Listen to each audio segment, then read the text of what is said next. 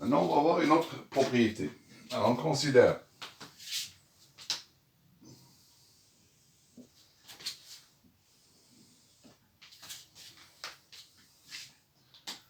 soit la fonction affine f de x égale à ax plus b. D'accord? Alors, si f de x égale à ax plus b, par exemple, on choisit un nombre x1 et x2, soit x1 et x2, deux nombres réels tels que x1 est différent de x2. D'accord? Alors, à quoi est égal f de x1? Donc, on a f de x1 égale à quoi? Il faut remplacer x par x1. On aura ici a, x1 plus b. D'accord? Et f de x2 égale à a, x2 plus b. D'accord? Alors, faisons maintenant la différence. Alors, on aura ici, donc, f de x1 moins f de x2 égale à quoi?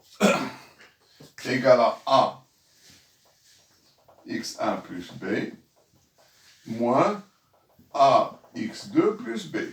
Parce que f de x1, c'est ça. Et f de x2, c'est ça. Donc, on va faire la différence. C'est-à-dire f de x1 moins f de x2. On enlève les parenthèses. On aura ici a, x1 plus b, moins a, x2, moins b. D'accord? C'est-à-dire f de x1 moins f de x2. On élimine les b, moins b c'est 0. Qu'est-ce qu'il reste? Il reste a, x1 moins a, x2. On peut factoriser par a. Donc ça va faire a facteur de x1 moins x2. D'accord? Alors là, on simplifie. D'accord? D'où on voit que ce a qui est là, il va être égal à quoi? Donc a, il va être égal à ça sur ça, est égal à f de x1 moins f de x2 sur x1 moins x2. D'accord? Et qu'appelle-t-on a ici? A c'est quoi? Qu'est-ce qu'on représente pour la fonction affine? Il représente son coefficient. Alors qu'est-ce qu'on va dire ici?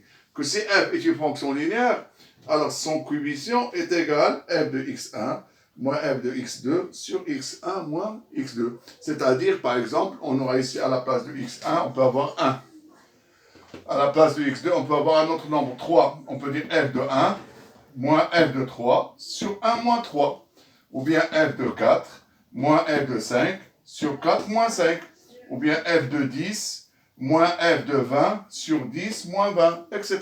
Donc à chaque fois qu'on calcule ce rapport, ça nous donne le coefficient de la fonction affine. Donc on peut déduire ici une propriété.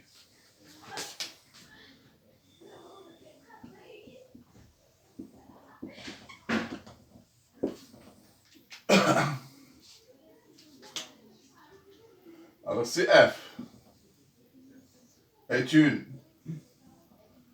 fonction affine, d'accord? Et x1 et x2, deux nombres réels tels que x1 est différent de x2, alors le coefficient de la fonction de f est petit a égale f de x1 moins f de x2 sur x1 moins x2. D'accord? Alors on a déjà vu la dernière fois ça dans les fonctions linéaires. Dans les fonctions linéaires, il n'y a pas de moins. Dans la fonction linéaire, le coefficient, c'est quoi? C'est f de x sur x. Mais ici, comme c'est une fonction affine, il faut faire la différence de deux images.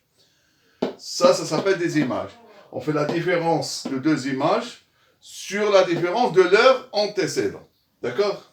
Par exemple, regardez ici. Par exemple, soit f, une fonction linéaire, telle que f de 2 égale à 3, f de moins 1, par exemple, c'est pas moi, égale à 5, ou bien, je sais pas, égale à, si vous voulez, à 9. D'accord? Alors, soit f une fonction, pardon, là je dois mettre une fonction affine. Soit f une fonction affine, telle que f de 2 égale à 3 et f de moins 1 égale à 9. Donc, quel est le coefficient de cette fonction linéaire? Donc, f est une fonction affine, pardon. Donc, je suis toujours encore branché avec linéaire. Donc, f de x s'écrit sous forme de ax plus b. Maintenant, on va chercher le a. Alors, ça, c'est le coefficient de la fonction affine. Alors, a égale à quoi? On va travailler avec ces deux données. D'accord? On va prendre f de 2 moins f de moins 1 sur on a des f de x1, x2. Donc là, on met x1, x2. Donc on va mettre ici en bas quoi? 2 moins 1. Donc voilà l'écriture. f de x1 moins f de x2 sur x1 moins x2. Donc x1 ici c'est 2. x2 c'est moins 1. Donc voilà comment on détermine le coefficient de la fonction affine égale f de 2, je le remplace par sa valeur, c'est 3. f de moins 1, ça fait 9, donc c'est moins 9.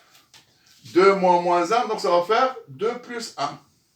Ce qui donne moins 6 sur 3 est égal à moins 2. Donc le coefficient de cette fonction affine, c'est moins 2.